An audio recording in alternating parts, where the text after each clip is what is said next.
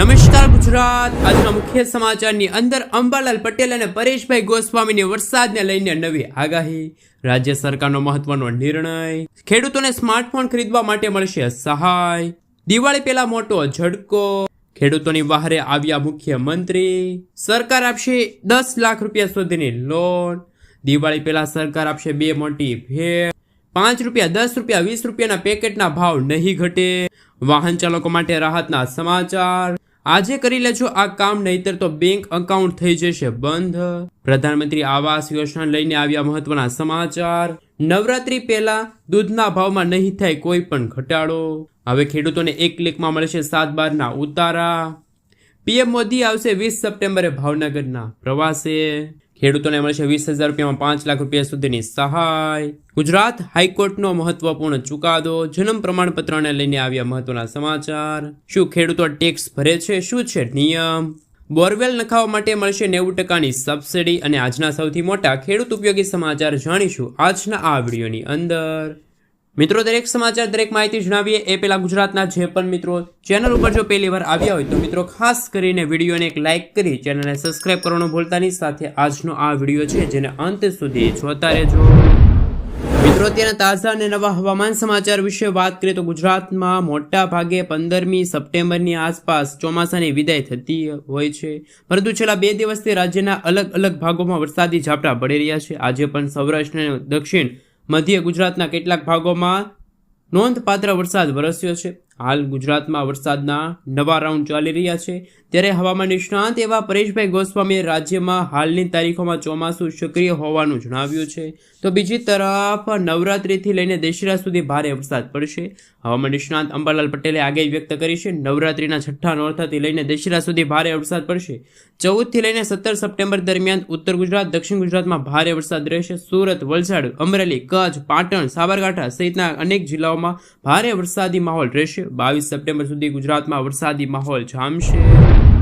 મિત્રો, ત્યાં પછીના સમાચાર વિશે વાત કરીએ તો કે રાજ્ય સરકારનો મહત્વનો નિર્ણય। બનાસકાંઠા જિલ્લામાં તાજેતરમાં ધોધમાર વરસાદથી અસરગ્રસ્ત થયેલા લોકોને સરકાર તાત્કાલિક કેશડોલ આપશે। 18 વર્ષથી ઉંમરના વ્યક્તિઓને પ્રતિ દિવસના હિસાબથી 233 રૂપિયાની રાશિ ચૂકવવાનો નિર્ણય લેવાયો છે।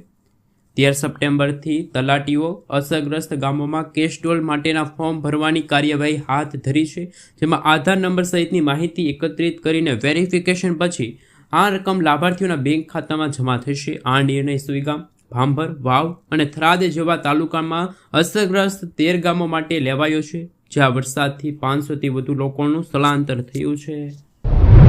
મિત્રો, ત્યાં પછીના સમાચાર વિશે વાત કરીએ તો દિવાળી પહેલા ઝટકો, ભાવ નહીં ઘટે। છેલ્લા કેટલાક દિવસમાં જીએસટી કાઉન્સિલિંગ દ્વારા જીએસટીના 4 સ્લેબ ઘટાડીને 18 અને 5%ના 2 સ્લેબ કરવામાં આવ્યા છે।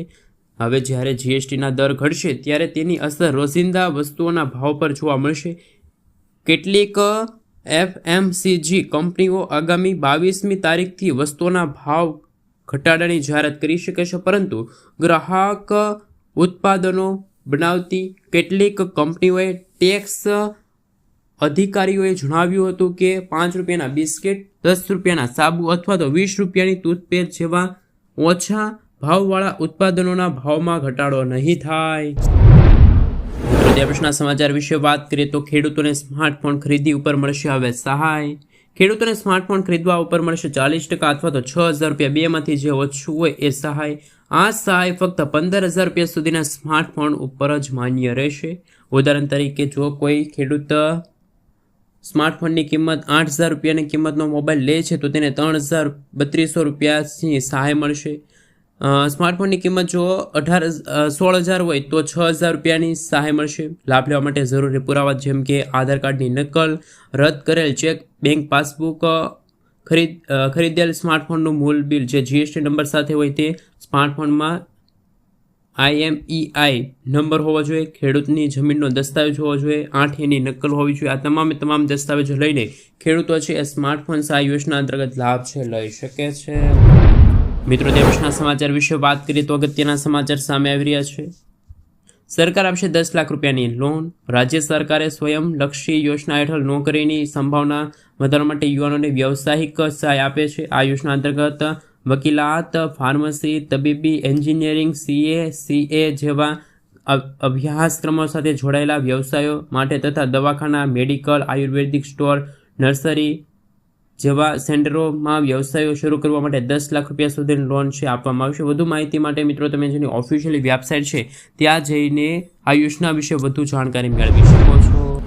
મિત્રો આગળના સમાચાર વિશે વાત કરીએ તો PM મોદી 20 સપ્ટેમ્બરે ભાવનગર આવશે. PM મોદી 20 સપ્ટેમ્બરે ભાવનગરની મુલાકાત લેશે, જ્યાં તેઓ જવાહર મેદાનમાં જાહેર સભા અને રોડ શો યોજશે. આ મુલાકાત દરમિયાન તેઓ વિવિધ વિકાસ કાર્યોનું ખાતમુહૂર્ત અને લોકાર્પણ પણ કરશે. તેનો હેતુ પોર્ટ અને શિપિંગ ક્ષેત્રને પ્રોત્સાહન આપવાનો છે. આ કાર્યક્રમની તૈયારીઓમાં પૂરજોશથી ચાલી રહી છે, જેમાં જિલ્લા વહીવટતંત્ર અને ભાજપ સંગઠન બંને સક્રિય થયા છે.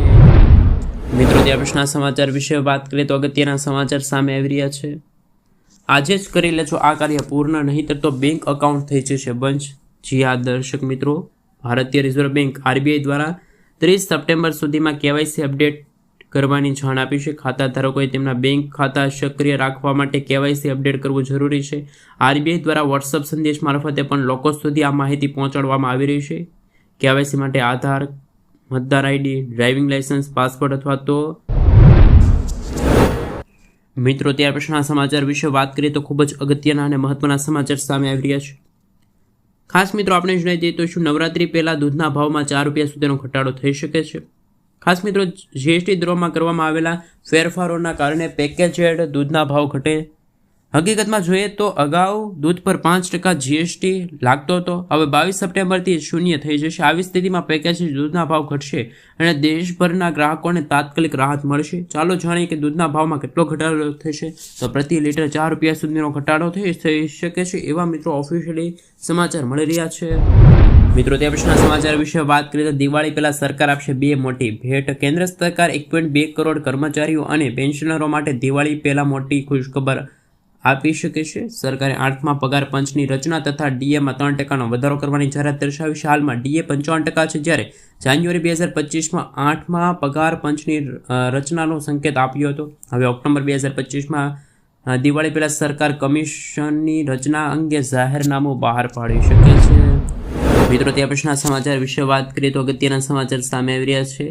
બોરવેલ નખાવવા માટે 90% સુધીની સબસિડી મળશે.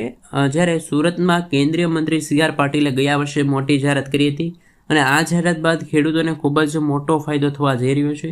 ખેડૂતોને તેમના બંધ થયેલા બોર શરૂ કરવા માટે 90% સુધીની સબસિડી સહાય આપવામાં આવશે.